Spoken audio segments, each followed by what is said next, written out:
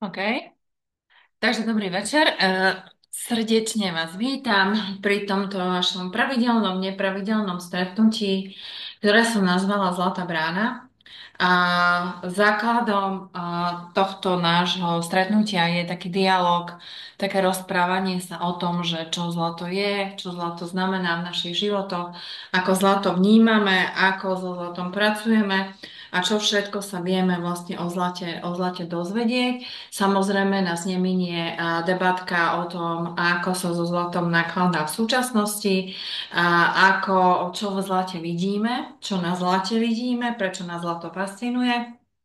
A rovnako v podstate, akým spôsobom vlastne vieme zhodnotiť vlastné peniaze vo forme zlatých zliadkov, o zlatom sporení, budeme sa baviť o súkromných, firemných zlatých účtoch a tak ako proste, čo mi príde na jazyk. Ako celkovo by som povedala, že pokiaľ nebudete klásť nejaké otázky, na ktoré budem konkrétne odpovedať, tak si to budem robiť presne podľa toho, ako ja chcem. To znamená, že tak polopatisticky povedané, že čo mi slína proste na jazyk prinesie, tak to v podstate aj tu na vás sa zba vypľujem, ale není to úplne tak, takže v podstate ako bude to taká voľná diskusia. Ako mne sa tento formát ako veľmi páči, je to aj tak môžem sa vykecať, nie že by som cez deň nerozprávala veľa, a môžem sa vykecať a zároveň ako je to také voľné, to znamená, že nemá to proste ucelený formát, samozrejme budem používať overené informácie, overené zdroje. A v prípade potreby vám ich vždy vlastne zazdielam vo forme buď komentárov alebo na dožiadanie, že odkiaľ to proste mám. Dobre, takže keďže dnes je to v podstate taký pilotný diel, tak by som možno, hej, keď tak ako som tak dumala, hej, že čo by som asi mohla k tomu povedať, tak ma napadlo, že si poďme povedať dačo o tom zlate, že čo to zlato vlastne je. Hej, latinský aurum, hej, zlato je v podstate kov, ktorý sa vyskytuje na našej planéte. Jeho pravdepodobný pôvod je pri zrode, teda pri zániku supernovy, chemickým procesom vlastne a pri vysokej teplote proste vzniká zlato.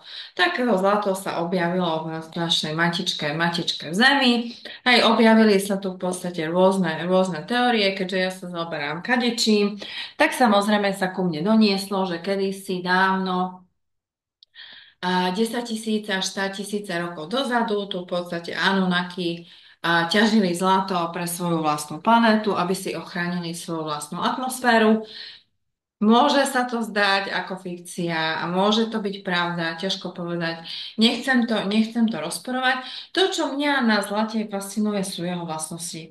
Ako to, že zlato sa dodnes nepodarilo vedcom vyrobiť, je veľká vec. A znamená to, že osobne som o tom hlboko presvedčená, že my sme funkciu a vlastnosti zlata ešte vôbec nedokázali uchopiť. A možno, že naši predkovia, ktorí treba zlato uctievali a nemali ho teda iba ako platidlo, ale vnímali ho silne duchovne a používali ho v rámci svojich náboženských obradov, o tom zlate vedeli ďaleko viac ako my. Takže to, čo ja som sa za posledné obdobie, ako so zlatom pracujem, o zlate dozvedela, vo mne vzbudilo ďaleko viacej otázok ako odpovedí, ktoré som získala. Príklad, hej, že objavila som knižku od Thomasa Covena, je to mimochodom lekár, napísal knihu Ľudské srdce, kozmické srdce, dá sa kúpiť, hej, viete si ju prečítať, že v podstate zatiaľ iba v angličtine.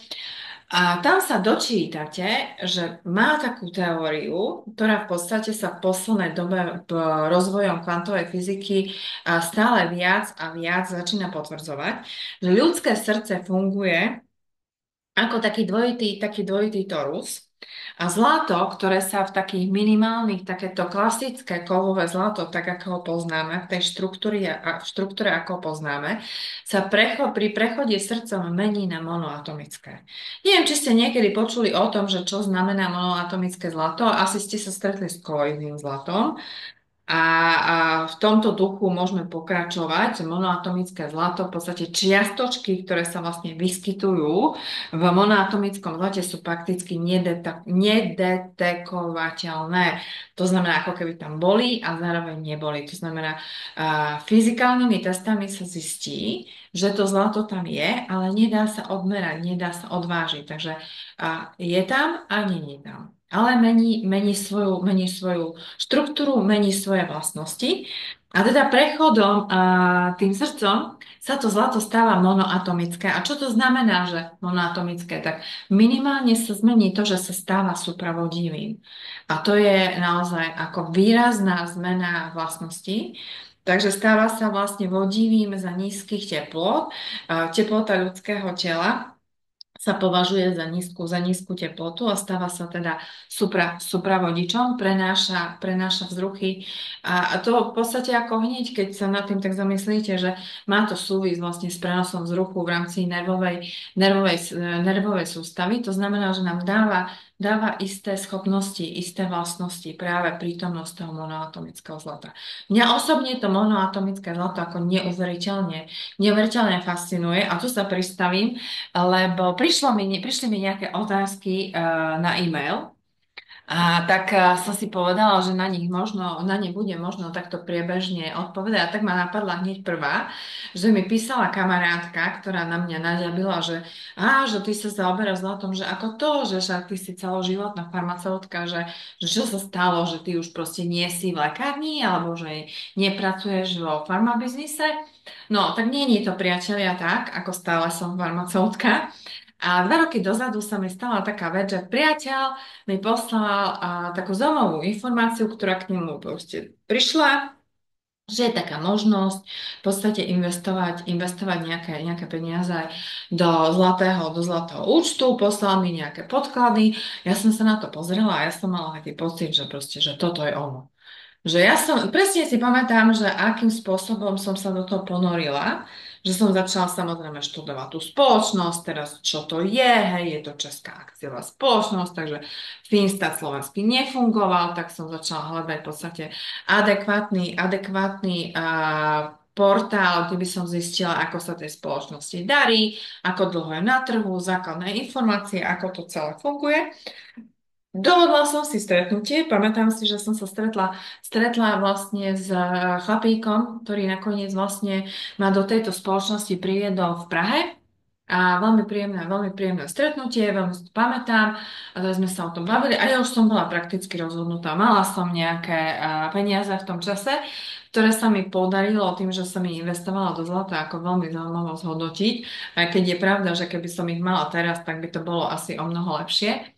Ale to bol taký štartovací moment. No a teraz vlastne sa stalo to, že ja som to chcela sa zazdieľať. Ja som na tom zarobila a zistila som, že aké to je super. A hovorím si, veď, ale o tom sa musí každý predsa dozvedieť, hej, že bolo tam takéto, však je to možné, že to nemá úplne každý. Ja som tomu vôbec nechcela veriť.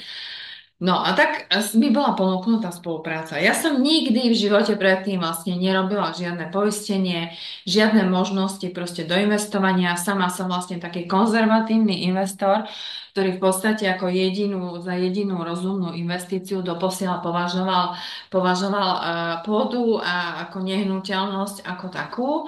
Takže som bola taká, ale mňa to zlato proste fascinovalo. Aj ten spôsob, akým to robí vlastne spoločnosť, s ktorou vlastne teraz už spolupracujem celkom nejaký čas. Takže to len aby ste vedeli, že prečo, hej, že mňa to nadchlo, videla som ten výsledok a rozhodla som sa, že to budem proste zdieľať ďalej. Hej, akože samozrejme chápam, že sa na mňa asi nebudete pozerať ako na investičného proste guru, ale zase musím povedať, že mám mimoriadne vycibrenú intuíciu a isté predikčné proste schopnosti. Zatiaľ by som to nechala presne v tejto rovine.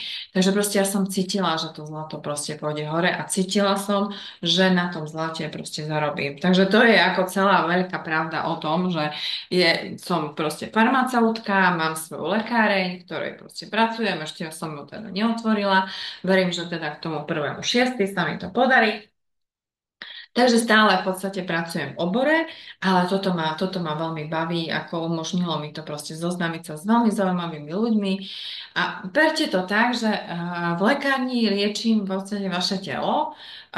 Čo sa týka investovania a tejto spolupráce, liečím vlastne vaše peniaze, pretože si budeme hovoriť aj v rámci ako takýchto stretnutí, že tie peniaze, ktoré teda používame a ktoré sú v obehu, tie jednotky a nuly, prípadne tie papieriky, ktoré sa nám dostanú do rúk, tak v podstate nie sú zdravé, že sú istým spôsobom veľmi choré, že je to naozaj vážny až akútny stav a že to treba riešiť. Takže liečím peniaze a zase na istej úrovni vlastne liečíme dušu, keďže fungujem aj ako profesionálna supervízorka. A nielen teda pre farmáciu ako takú, ale supervízia je v podstate veľmi účinná metóda, ktorá zahrania mentoring, coaching, lectoring, takú poradenskú činnosť ako prevenciu pred syndromom vyhorenia a syndromom nudy a plus ako plní v podstate ako ďalšie funkcie, tak by som tu povedala, že ma tak môžete brať ako takú profesionálnu liečiteľku, že to lieči, že vás lieči vlastne na rôznych úrovniach. Takže toľko k tej otázke, že ako ja som sa k tomu dostala a že takýto je ten môj príbeh. A možno by som tu aj mohla vlastne ako začať. Hej, že v tom čase vlastne, keď som začala, to je tak 2 roky dozadu, tak unca zlata, čo je spotová cena na svetovom trhu, stála $1950 za uncu. Takže dneska som sa napríklad pozerala, hej, je to nejaký, ako dá sa povedať, 18 mesiacov, ako pracujem so zlatom, tak za tých 18 mesiacov sa z tých $1950 stalo 3280, niekde som si to tu napísala, 3281,60 bolo teraz večer vlastne na kytku oficiálna spotová cena zlata. Takže proste ako neuveriteľný nárast. A je to zlato ako brutálne narastlo. A naozaj sa zlatom ako je potrebné zaoberať. Pokiaľ cítite, že nie ste ohodnotení adekvátne, tak ako si predstavujete, pretože za to dostanete nejaký papierik, ktorý má cenu proste len takú, ako mu proste určí naša alebo vaša proste vláda. Môžeme si tu ukázať taký slajd, ja som si tu pripravila, môžem sa snažiť to tu proste zazdieľať, že keď by som chcela a, pozrieme sa, že čo by sme tam mohli dať. Tak toto nie je ono. Nemám ešte skúsenosť s týmto Zoomom, takže momentálne vám asi nebudem zdieľať to, čo by som chcela. A premýšľam, že kde... to je to, môžem zdieľať. Takže mám tu taký obrázok, čo by som možno si pripravila, čo som tu mala. Takýto materiál, tak verím tomu, že ho vidíte. Takže v podstate, keď sa k tomu vrátim, hej, takže takto, hej, že naša spoločnosť v podstate urobila taký prieskum, že za 25 rokov vlastne zo 100 eurovej bankovky vám odbudne 63%. Takže ako sa to stane? No stane sa to hlavne tým, že nám z toho ubere proste inflácia a poplatky, ktoré zaplatíme banke. Takže keď ste pred 25 rokmi mali 100-eurovú bankovku niekde na účte alebo pod vankúšom, tak ste v podstate vlastne po tých 25 rokoch z tých už ste nemali 100 euro, ale hodnota tej 100-eurovej bankovky mala hodnotu len 37 eur. Pretože medzi časom v podstate vlastne zauradala inflácia a tá bankovka stratila hodnotu. Ako by to vyzeralo, keby to bolo teda v porovnaní s peniazmi a v porovnaní so zlatom? Tak vidíte tu, hej, máte 10 000 eur. 10 000 eur máte buď doma, alebo pod vankúšom, tak keď ich necháte tak za tých 25 rokov z tých 10 000 eur budete mať iba 3700. Ale keby ste boli prezieraví a jasnovidí a tých istých 10 000 eur ste vložili do zlata, tak ste za tých 25 rokov z tých 10 000 eur mali 89 000, pretože náraz zlata za tých 25 rokov bol 790%. Perfektné, že? No, myslím si, že takto to momentálne asi stačí, že v podstate tu sa vidíme. Ja by som sa rada vrátila späť. Áno, už som tu teda. Ukončíme vzdielanie. Už to nechceme zdieľať. Ako sa tam dostaneme späť? Tak to nie. Dobre, takže už zdieľať nechceme. A budeme asi musieť. No, takže stop. A už som späť. Človek sa učí, hej, nie som zvyknutá na Zoom, doteraz som používala inú platformu, takže sa ospravedlňujem za taký technický nedostatok. Ako nahráva sa to a možno, že to v podstate potom aj zozdielam niekde na sociálnych sieťach, tak ešte uvidím. Len som vám chcela ukázať, že proste prečo som sa tým zlatom začala zaoberať. No, ale ešte by som sa možno vrátila, hej, že ja som tam začala o tých nejakých veľmi špecifických vlastnostiach zlata a tam ma ešte napadlo, že vlastne, hej, že prečo zlato, hej, že zlatom sa zdobíme.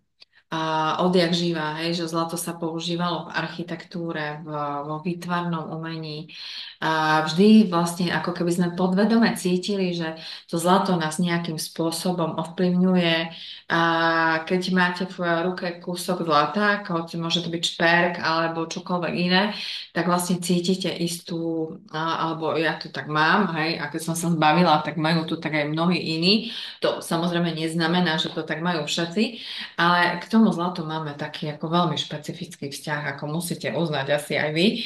A ja sa hlavne zaoberám zlatom aj z titulu jeho veľmi špecifických vlastností a treba to monoatomické zlato, ako som ho bola spomínala, tak to neznamená, že to je proste niečo, čo proste neexistuje a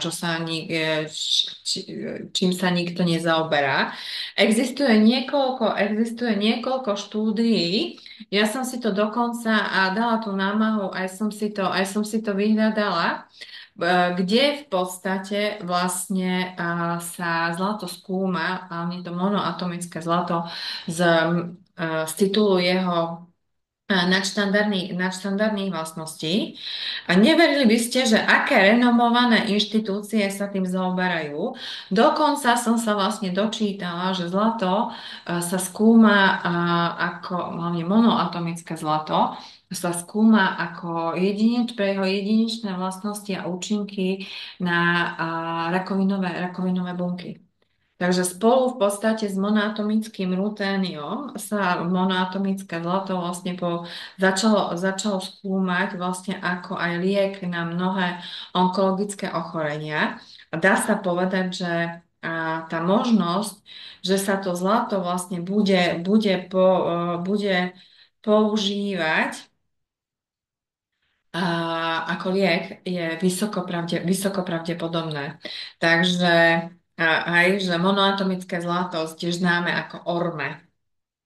Hej, že je forma zlata, kde atómy nie sú viazané do kryštalickej briežky, ale existujú ako jednotlivé atómy.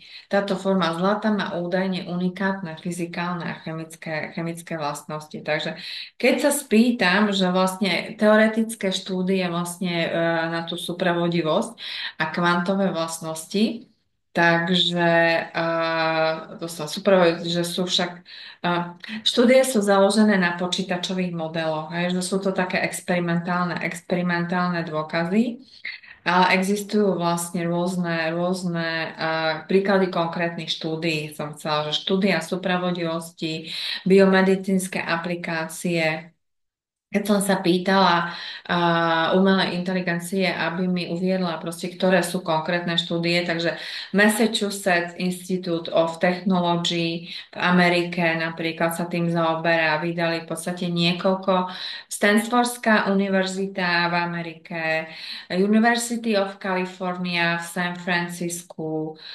University of Cambridge, Spojené kráľovstvo, National University of Singapore, University of Toronto, švajčiarsky Zurich napríklad sa zaoberá, takisto vlastne študuje monoatomické zlato. Takže to v podstate, len aby ste mali predstavu, že to zlato ako také je naozaj výnimočné. Máme ešte nejakých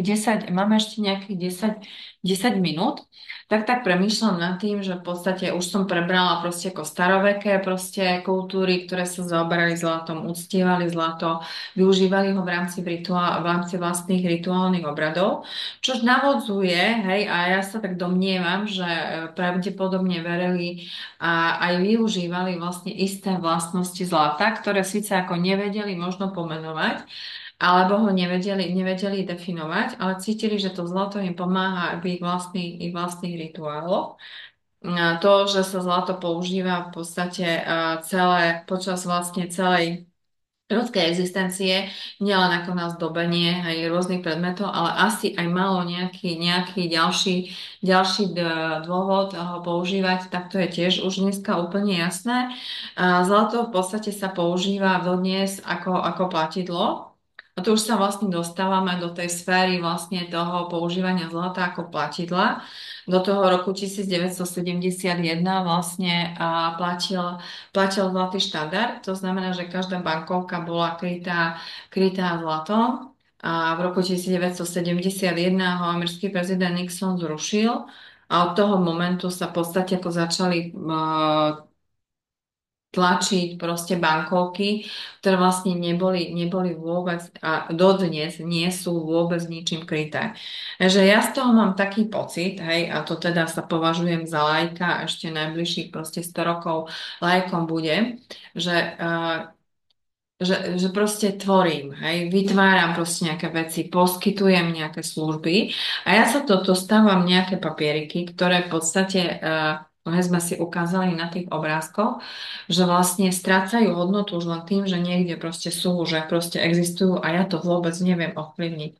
Hej, tu sa dostávame k tomu, že čo vlastne ovplyvňuje hodnotu toho zlata, lebo vieme, čo ovplyvňuje hodnotu peňazí, hej, že proste ráno sa proste zobudí, proste šéf proste centrálnej banky Slovenskej republiky, hej, národnej banky a v podstate na základe nejakých proste rozhodnutí, dohôd, proste bude proste dnes koruna alebo euro, hej, pretože máme teda euro, voči v podstate iným menám bude mať takúto hodnotu. Samozrejme, ako je to absolútne zjednodušené a tak laicky povedané, ale môžeme sa pozrieť, čo vlastne predstavuje a čo ovplyvňuje hodnotu zlata, pretože to vás určite bude zaujímať, pretože tá hodnota proste neuveriteľne rastie za toto posledné obdobie. Takže čo by ste si mysleli, že čo ovplyvňuje hodnotu zlata ako prvé? Tí, ktorí si myslíte, že je to americký dolár, tak ste proste top. Pretože viete, že áno, hodnotu zlata o najviac ovplyvňuje hodnota amerického doláru. A hodnota amerického doláru v poslednej dobe robí čo? Klesá. Takže keď klesá hodnota doláru, rastie hodnota zlata. To, čo ovplyvňuje hodnotu doláru, by sme si tu mohli na to urobiť ďalšiu hodinovú reláciu, pretože veľmi pozorne sledujeme geopolitickú situáciu, tak vidíme, čo sa proste deje. Všetko, čo sa proste deje v blízkosti, čo sa dotýka proste amerického doláru, ovplyvňuje hodnotu zlata. Veľkí investori.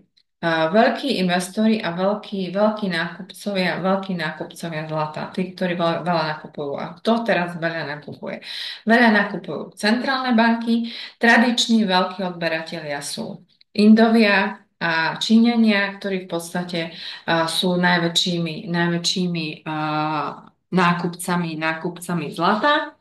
Takže tí veľa nakupujú veľa centrálne banky, ktorí si vlastne do zlata ukladajú svoje rezervy, pretože americký dolár stratil pozíciu rezervnej meny. Ešte si Všetci si to ešte teraz vravia, hlavne Američania, že áno, že dolár je stále ako rezervnou menou, ale už to tak není. Hej, pomaly, ale isto sa stáva vlastne centrálnou menou zlato, takže sa vraciame tam, kde sme boli tých niekoľko storočí dozadu, kedy v podstate vlastne všetko ovplyvňovalo cenu. Zlato ovplyvňovalo cenu všetkého ostatného tovaru. Tak, aby som bola presná. Takže máme veľkých nákupcov, veľkí investori. A teraz v podstate kam budú dávať veľkí investori svoje peniaze? Budú ich dávať tam, kde majú istotu, že sa uchová tá hodnota. A zlato v podstate je uchovávateľom hodnoty naprieč priestorom a naprieč časom. Ako jediné proste aktívum má túto schopnosť. To znamená, že keď je obchodný svet neistý a otriasá sa vo svojich základoch, tak veľkí investori investujú do zlata. Čím viacej sa nakupuje, tým viac hodnota toho zlata proste vzrastá. Tretím veľkým faktorom, o ktorom ja som presvedčená, že v podstate ovplyvňuje cenu zlata, je jeho nedostatok. Vy ste nepovedali, ale akurát som čítala dnes taký článok, môžem vám ho potom posunúť do toho textu. Vlastne máme zásoby zlata na Zemi sú v podstate tak veľké, že nám vydržia následujúcich 12 rokov. A potom čo? Hej. Na začiatku som spomínala, že zlato v podstate nie je zatiaľ chemicky vyrobiteľné, čo je úplne super. A teraz vám hovorím, že zásoby zlata na tejto planete nám vydržia podľa nejakých predpokladov ešte 12 rokov. A čo sa deje s tým, čoho je málo? Akú máte skúsenosť? Hej? Jeho cena rastie. Takže keď si zoberiete len tie tri veci, čo som teraz spomenula, teraz by som ešte mohla povedať veľký bod, ktorý tu je obchodná vojna v podobe cieľ medzi Amerikou a Európou, medzi Amerikou a Čínou, medzi Amerikou a Kanadou a to znamená obchod výška a obchodné clá. To znamená neisté, obmedzené obchody a môj favorit CBDC. Hej? Ako verbo v podstate Európska únia v podstate tlačí digitálnu menu. Čo urobí digitálna mena s obchodným trhom? Ja osobne si dovolím predikovať, že to bude proste šok pre všetkých, že na to vôbec nie sme pripravení a vo svojej hlbokej podstate to nikto ani nechce.